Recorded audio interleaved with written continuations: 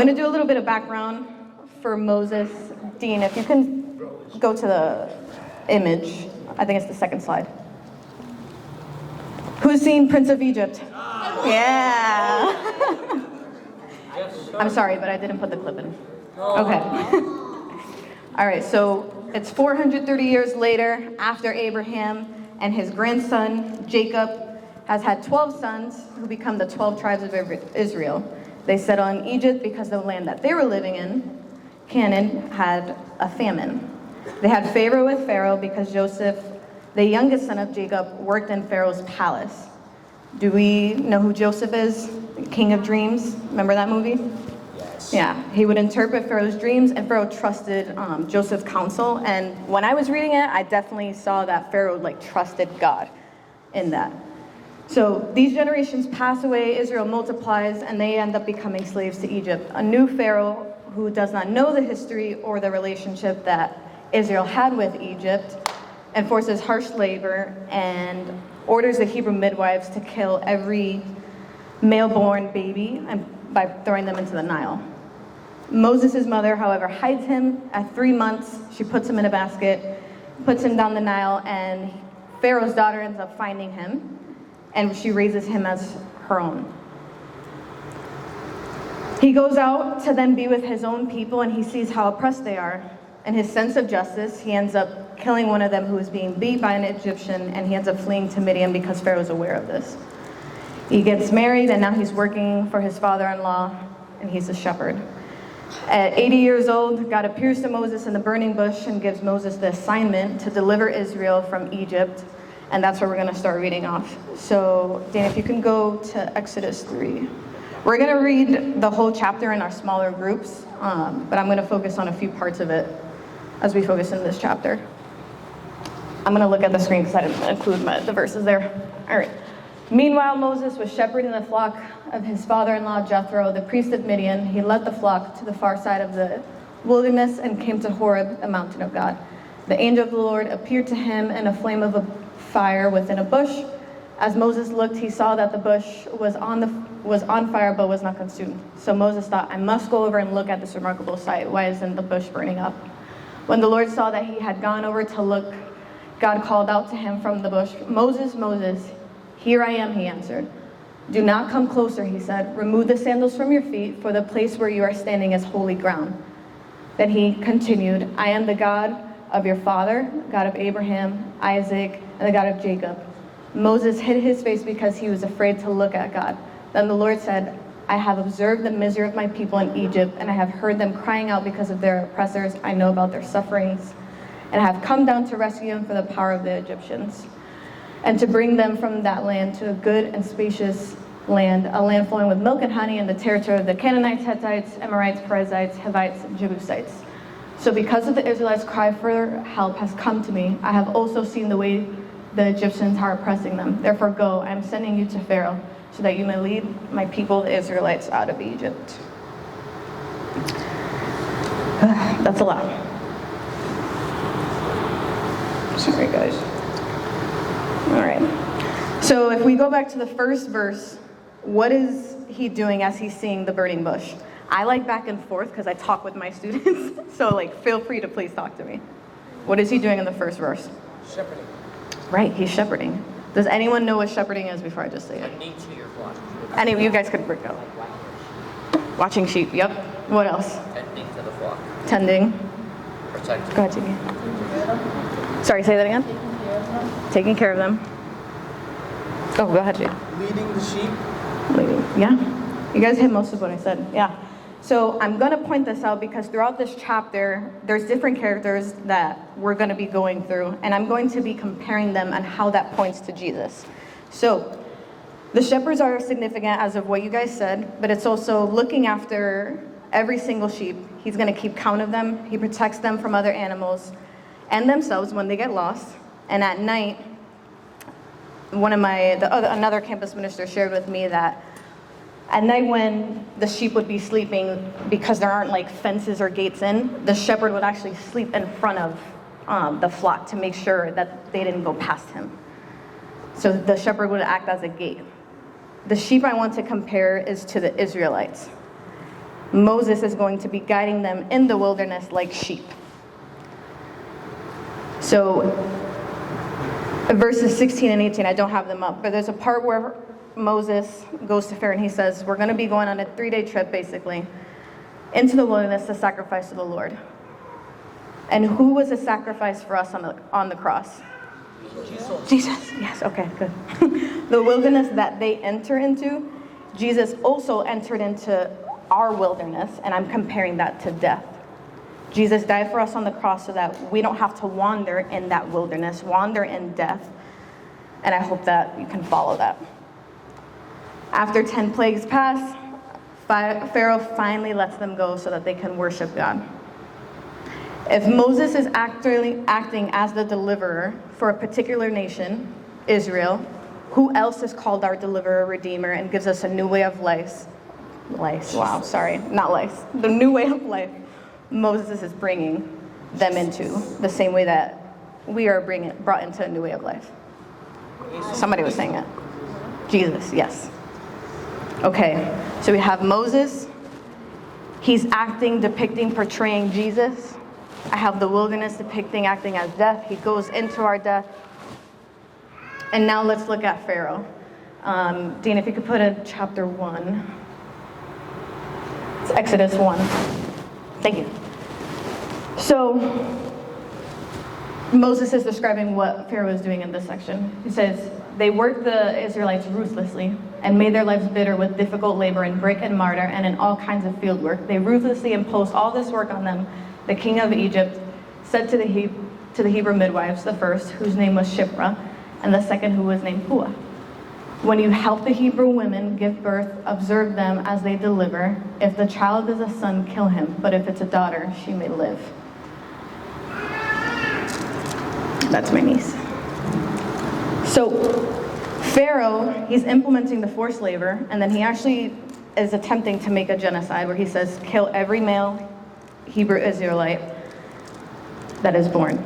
He's so harsh that the first time Moses actually confronts them, I think it's in chapter 6, to let his people go, he doubles the hard work that he already imposed that we just read. And they're upset with Moses because he's going on their behalf and saying, let them go. But as he doubles the force, Pharaoh, they're so brokenhearted in spirit because of the harsh labor, and they actually want to stay in Egypt. So we see Pharaoh here sealing their freedom, putting them under harsher slavery, and kills them. And who else does that? The enemy. He attempts to do this with us by keeping us entrapped in slavery to our sin. Moses, as the deliverer, is pointing to Jesus as our true deliverer from sin as he frees us from spiritual death, while Pharaoh acts as the devil who attempts to keep people blinded from seeing they need to be delivered from Egypt. Egypt, I'm going to compare to sin, but to also anything that can serve as a distraction that prevents you from worshiping God. So Hebrews 2, 14 through 15 is what I'm talking about. So now since the children have flesh and blood in common, Jesus also shared in these, so that through his death he might destroy the one holding the power of death, that is the devil, and free those who were held in slavery all their lives by the fear of death. So here we go. Israel is now being led by Moses in the wilderness. They would look to Moses. When they were thirsty, they complained to him. He ends up splitting the rock. When they're in fear of no food, he calls down for God to give them bread, which is basically manna. And God invites Israel into a covenant, a marriage with them for Israel to be his own people, his own possession, and his kingdom of priests and his holy nation that would also bless the nations around them.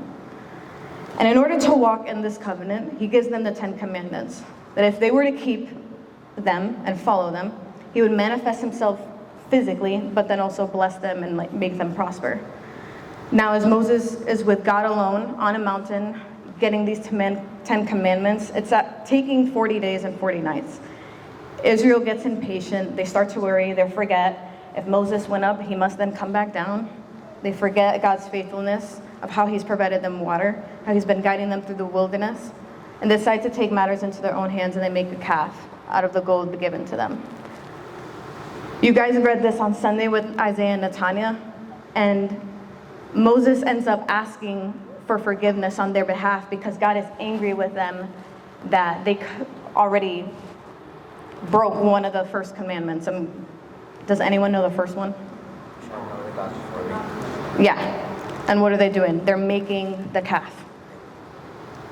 So I'll read it to you how he's pleading to them. It's 11 through 14. Dean. I think it should be right after. Yes.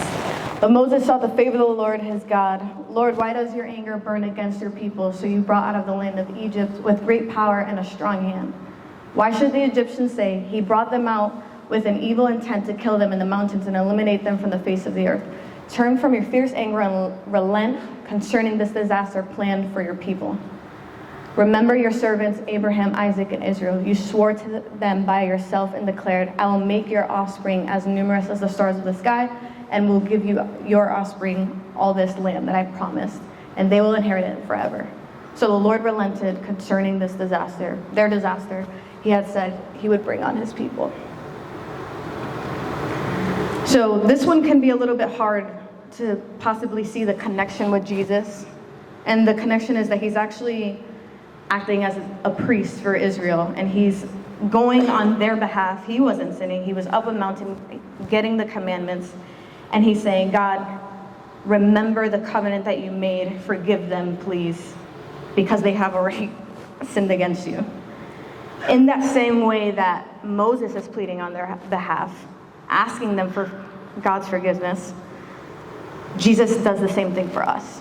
He's actually our high priest, and he died on the cross for the forgiveness of our sins so that we could enter into that personal relationship with him, so we could get behind the curtain. He's acting as our high priest because of that grace and mercy, and we have the assurance that we are forgiven. It's not how it was with Moses, where there was multiple sacrifices. Jesus only had to do it once, and he paid it on the cross for us. And we're going to see that in Hebrews 4, the next one. Sorry. Therefore, since we have a great high priest who passed through the heavens, Jesus, the Son of God, let us hold fast to our confession. For we do not have a high priest who is unable to sympathize with our weaknesses, but one who has been tempted in every way, as we are, yet without sin. Therefore, let us approach the throne of grace with boldness, so that we may receive and find grace to help us in time of need. So here we have Jesus doing it all, and we don't have to keep coming to him and making those sacrifices. We can actually just say, Lord, forgive me for this, and then we have to actually then receive that grace.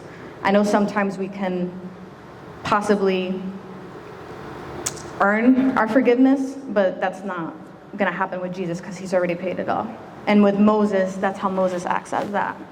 And I put up that analogy so that you guys can see it. I'm just going to summarize it. So with Moses, he's acting as the deliverer, the redeemer, and the priest. And he's pointing to Jesus as Jesus is our true deliverer, redeemer, and priest. And he gets, again, his purpose was to deliver Israel out of Egypt. He completes that assignment, but Jesus is the greater depiction because it's actually from spiritual death. We have Pharaoh, who's acting as the oppressor of the devil, who will constantly try to remind us of Egypt, and I'm comparing that to sin, pride, greed, sexual morality, unforgiveness, jealousy, idolatry, fear of man, hate, and again, it can be anything that's distracting us from our worship of God. And this was the whole point of them being delivered from Egypt, was because it was to worship God, not to worship the things around them, because remember, Egypt served many gods, and I was trying to look for like the historical context of why they made a calf itself, and the calf, I guess, pointed to happiness and fertility. So I don't know if that's really connected in any way. But with Israel, they're the sheep that Moses will be leading out, and that's the same way that we are the sheep to Jesus, and we have to follow him as our great shepherd. So I have some reflection questions in chapter 3, really where God is giving him the assignment. And yeah, in verse 5, God says for Moses to take off his sandals because it's holy ground. How can we, like Moses, take off our sandals and be in God's holy ground? In verse 7, God explains to Moses, he's heard the misery and suffering of his people. What things are you going through that you feel God may not be listening or seeing what you're going through? How does God, remembering his people's suffering, encourage you? I compared Egypt to sin and distractions, and how may the enemy be enticing you to go back to Egypt instead of walking in freedom, love, peace, or endurance with God? And if you get to 4, I just know from last week it was pretty fast for us. If Jesus is our high priest who delivers us from Egypt, why do we turn to people or things to save us or heal us? How can you begin to turn to Jesus instead of the distractions, people or Egypt? That's it.